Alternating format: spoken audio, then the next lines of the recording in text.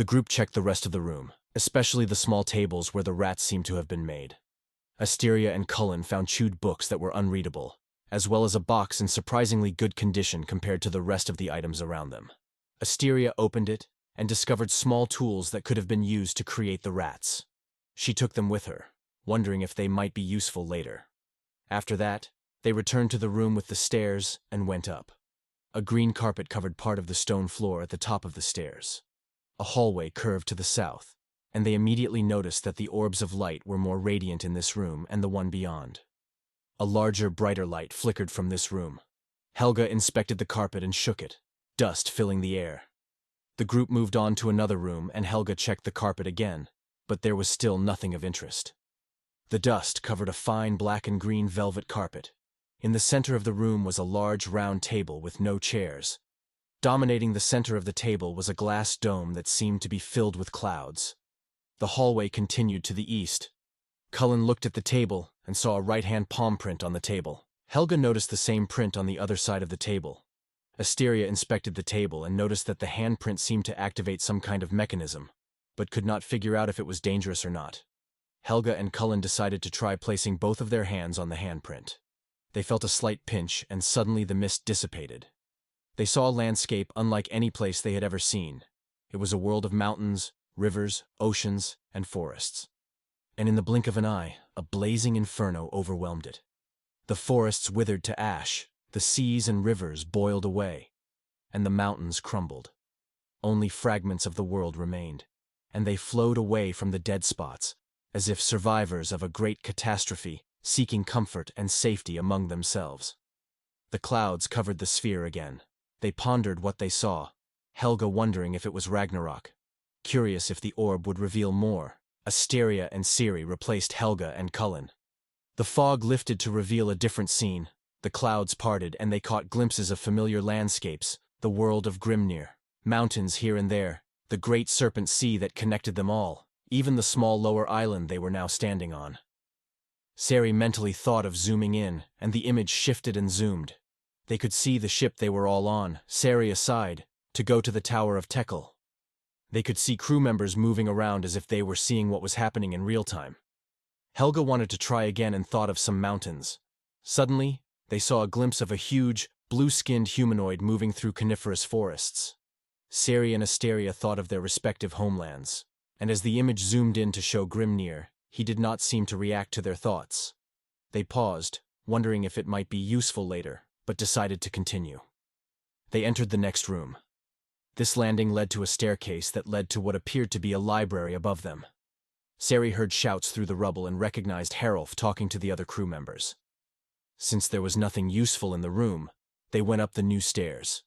However, as Helga was about to step onto the last step, they felt the stairs give way and flatten out, sending the whole group sliding back down, injuring themselves in the process. Ciri used one of the newly acquired scrolls and said a prayer of healing, bringing everyone back to good health.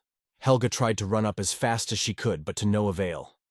Asteria handed her skegox to Cullen, and he used his own to climb to the top of the stairs. He took a rope and helped the others to climb up as well. They inspected the room. Thousands of books covered the elegantly carved stone bookshelves, but all of them seemed to have been carved from the same stone as the shelves themselves. Not one of them seemed to be an actual book, though all had titles written in an ancient runic language. Interspersed among the shelves were carved stone frescoes depicting a variety of scenes. Cullen and Helga examined the stone books and recognized the common language, but it seemed more complex. They identified several book titles: The Hunt for Mel Atug, Breaking and Forging Yeladus, and Building the Ianlecker Uliguk. Meanwhile, Ciri looked at the frescoes. The carvings on the frescoes showed many different scenes. Some of them made sense. Some were bizarre and could not be described. In some, they could see men and women fighting side by side against strange creatures and monsters they had never seen before, and even understanding their shape seemed difficult for their minds to comprehend. In others, they could see the same group of men and women sitting together and celebrating. Among them, Ciri noticed that there was a recurring prominent figure that stood tall above the rest, a tall elf who seemed to be the main figure in the frescoes. Ciri joined Cullen to check more books, and Helga opened one of the doors, followed by Asteria. A large bed with dusty black sheets dominated the room. A box sat on the bed, and a small window looked out to the sea beyond. On the south and east walls were doors. They looked through the window and could see the vast landscape, not that they were high up in the tower. Helga opened the box on the bed, revealing a man's head of iron with sewn lips.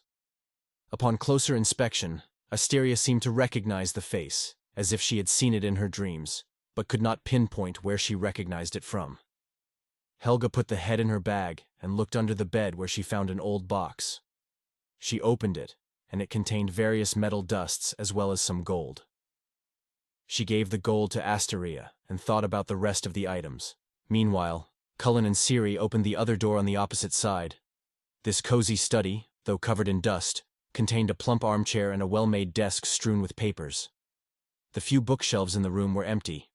There was a door on the west wall, and 2 doors on the south wall, as well as a window and a balcony. 3 magic orbs glowed too brightly, bathing the room in light. They checked the balcony door, and Cullen recommended not to go there for now. While he inspected the room, Ciri opened the balcony door and looked outside. Snow-covered black rock stretched as far as the eye could see to the south, and a fog-shrouded body of water to the north. A stiff wind blew, throwing shards of ice and sand into her face. From Ciri's vantage point, she could see the ships with their guards, but further away she could see 2 silhouettes in the water, covered by the heavy fog. As Ciri warned Cullen, Asteria and Helga entered the room from the bedroom and were surprised to find the others there. Cullen showed them papers he had found with various sketches, including one of the rats they had encountered earlier. The group went to the balcony, and when Ciri pointed to the silhouettes, they could all see them. They agreed to hurry and regroup with Herolf as soon as possible. Helga opened the last door of the room. A huge abyss opened beneath the landing they found themselves on. The wind tore at their hair and clothes. At the bottom of the chasm, they heard grunts, thumps, and the sound of blades slicing through the air. A battle had begun below them. The group attached a rope to the sofa, and Helga quickly slid down the rope. When the old woman landed, she saw Herolf, badly wounded and fighting 2 strange creatures. She drew her axe and shield and attacked, destroying one of the creatures instantly. Cullen descended next and threw a spear at the second, piercing its wooden body. Asteria followed, and as she landed, she aimed her bow to fire an arrow in the same direction as Cullen's spear, causing the creature to fall back. Ciri descended but saw that the battle was already over. They asked about Ciri, and when Herolf called her name, a door opened and the little girl ran to Ciri, who was closest to her, to hug her. Herolf explained that they had finally cleared the rubble, and while they were checking this room, some of the strange statues suddenly came to life and attacked them. The group warned about the strange silhouettes they were seeing, and as Herolf was about to reply, they heard the sound of a horn blowing. The party rushed outside. A battle was raging outside the tower. Enemy raiders had landed on the shore, and both the newcomers' longship and their ships were in flames. The only remaining enemy longship floated 100 feet offshore, its archers firing arrows onto the beach. Bodies littered the ground, which was quickly covered by a thick, wet snow. Ciri and Asteria ran with Ciri behind a large rock to get the girl to safety. Asteria told Ciri to join the fight, that she would keep the little girl safe from a distance. Cullen, Helga, Herolf and the rest of the crew ran to join their comrades. Seeing this scene, Asteria was shaken. She grabbed her head, reliving some traumatic experiences, but finally took a deep breath to calm down, aimed her bow and hit one of the enemy raiders. Herolf called for a shield wall formation, and all crew members gathered to form a shield wall to better protect each other. The sky suddenly looked darker as a cloud of arrows descended upon them. As they raised their shields, most of the arrows pierced the shields, protecting the group. Ciri stealthily approached and tried to aim her crossbow, but she was still too far away and missed. The battle raged on, and more comrades fell. The group continued to fight, but eventually the shield wall gave way, and all crew members except Cullen, Helga, and Herolf perished. In the confusion of the battle, Cullen accidentally hit Herolf, who was surprised and in very bad shape. Helga was also knocked unconscious by the cloud of arrows. They still managed to kill the remaining raiders, and Cullen dragged Helga to safety, while Herolf hid behind one of the bodies for protection. With the enemy raiders defeated, the ship still at sea stopped firing arrows and sailed away. Ciri rushed to stabilize Helga while Asteria watched the scene from afar. making sure it was safe to let her and Seedy approach. The little girl asked if it was over, and Asteria nodded, dropping her bow and shaking. Seedy hugged her and she let it go for a few seconds, still mentally recovering from the scene, but politely pushed her away, making an excuse to regroup with the others. Harolf pushed the body he was hiding under and got down on his knees, screaming in anger. They wondered why they were being attacked. Looked in horror at the ship, which was completely burned down. There was no way to use it. The group examined the bodies and found some markings with a strange white beast. When Asteria recognized the mark, she froze in horror. When the group tried to recognize this clan, Sari informed them with anger in her voice that they belonged to the War Clan. Harolf asked Asteria if she knew them, but when she did not respond, he shook her a bit to bring her to her senses. She murmured that she had once been a member of the War Clan. Just as she was about to add something, Sari glared at Asteria and punched her in the face. Her hood fell, revealing that Sari was indeed a tiefling. Caught off guard, Asteria struck back, and a fight ensued. Seedy tried to get between them to stop them, and Harolf talked some sense into them. They finally stopped, glaring at each other. Sari asked how she could belong to these monsters, that they enslaved her and treated her badly, that they had broken one of her horns. Spitting blood, Asteria replied that she had nothing to do with them, and that her family was different. When the young woman mentioned that she had once been a slave and had not chosen to be part of the clan, Sari stopped glaring, realizing that Asteria seemed to be telling the truth. She added that she had left them after they refused to avenge the death of her parents, that they were good people and had nothing to do with the other war members. When the tension was gone, Harolf suggested burning all the bodies. With the help of everyone except Sari, who distracted Seedy, they built a pile of corpses and set it on fire. They watched as the bodies of their comrades and their enemies burned on the great pyre. The orange and red flames consumed all, the light bright and harsh, a fog forming where the ever-present snowfall hissed as the heat scorched it.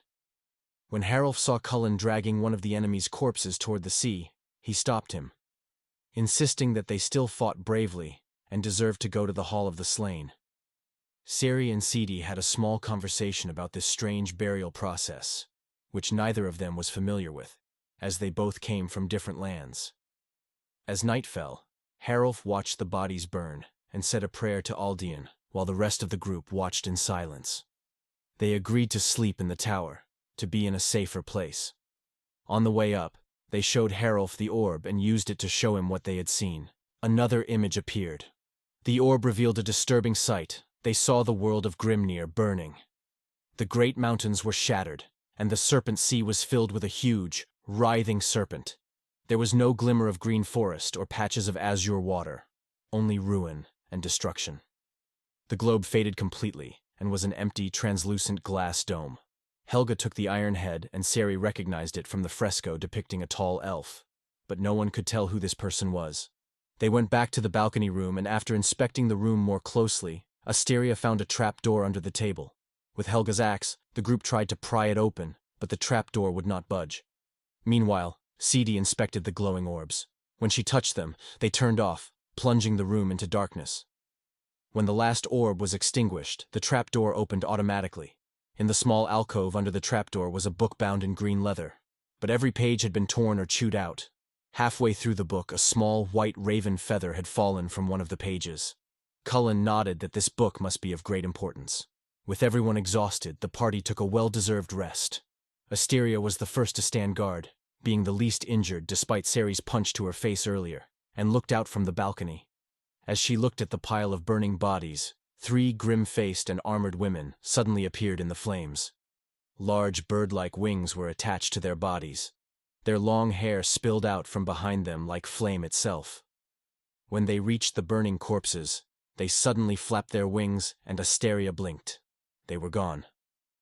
Thinking it was one of her hallucinations, she shook her head and looked elsewhere. Sari was next and brought Asteria a glass of water, apologizing for misjudging her earlier. Asteria nodded silently and drank the water as she found a corner to fall asleep.